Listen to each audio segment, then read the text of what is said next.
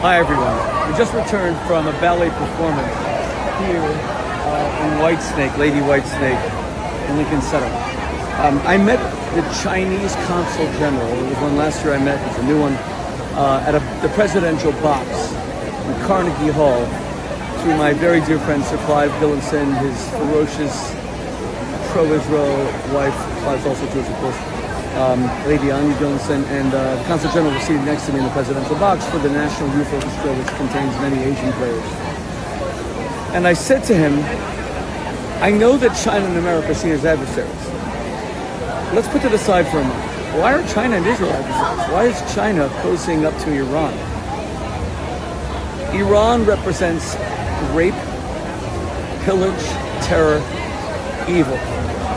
China, for all of what we Americans see its flaws, many of which are accurate, is a country that is seeking, since the 1970s, to vastly increase its economic prosperity because it was a very poor country before that. Now it's become adversarial with the United States.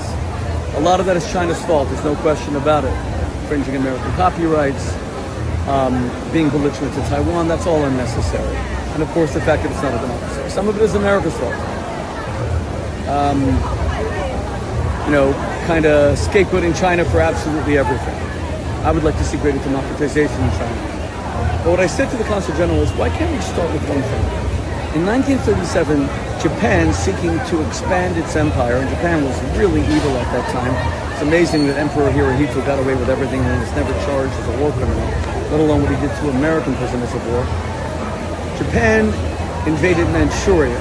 The capital of China was Nanking, the capital of Manchuria. They raped about 100,000 women. They killed hundreds of thousands. It hasn't been properly documented. There are some excellent documentaries, primarily on Amazon Prime. I said to the Consul General, why can't we start small? Let's do an evening commemorating the rape victims of October 7th in Otef, Gaza, in the kibbutzim and moshavim that surrounded Gaza, and the women of Nanking who were raped mercilessly. The average young woman, even older woman, in Nanking was raped by 4 Japanese soldiers in 1937 per day. The ones who were considered attractive were raped by 10.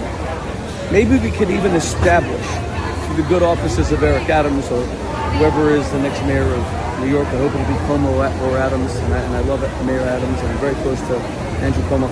Maybe we could even erect in Central Park a joint monument to the women of October 7th and the Chinese women of Nanking who were raped. Let's start with David.